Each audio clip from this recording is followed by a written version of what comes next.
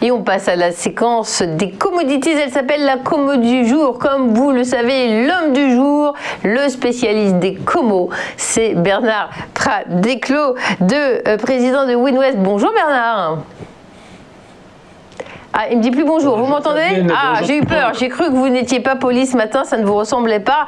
Alors, on se dit bonjour, je vous ai entendu, je plaisante et j'aimerais que vous me parliez du blé, le milling wheat. Quelles sont les tendances sur ce marché?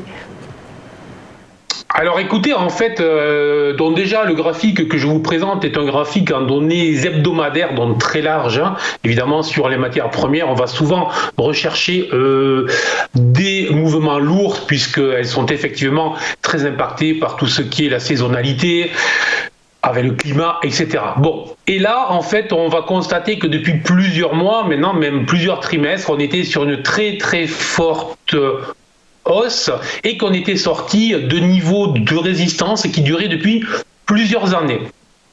Donc là maintenant on va faire un focus, un zoom sur ce qui se produit depuis le début de l'année. Et là en fait on va noter qu'on est désormais depuis en fait début mai sur une phase de repli. Alors on était bien sur un mouvement haussier significatif et là on est sur une phase plus corrective et l'on constate quand même que l'on est sur une phase corrective qui commence à prendre de l'ampleur.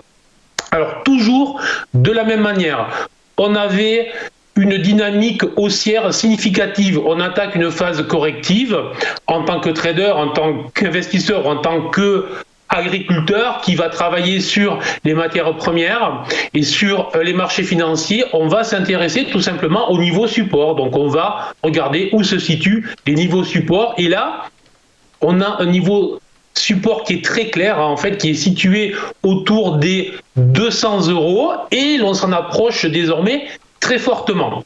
L'autre question que l'on se pose sur une dynamique haussière alors que la tendance est corrective, c'est est-ce que j'achète agressivement le support ou est-ce que j'attends de voir si les acheteurs se présentent au-dessus de support, au niveau de support ou sous le support? Bon. Étant donné que le mouvement est quand même significatif et puissant sur la correction, on va ajouter en fait que le mouvement de hausse qui avait juste précédé avait démarré début avril suite à la vague de froid qu'il y avait eu notamment aux États-Unis et donc il y a eu un gros rebond et là en fait on est juste en train de purger cette vague de froid, je dirais, avec le chaud.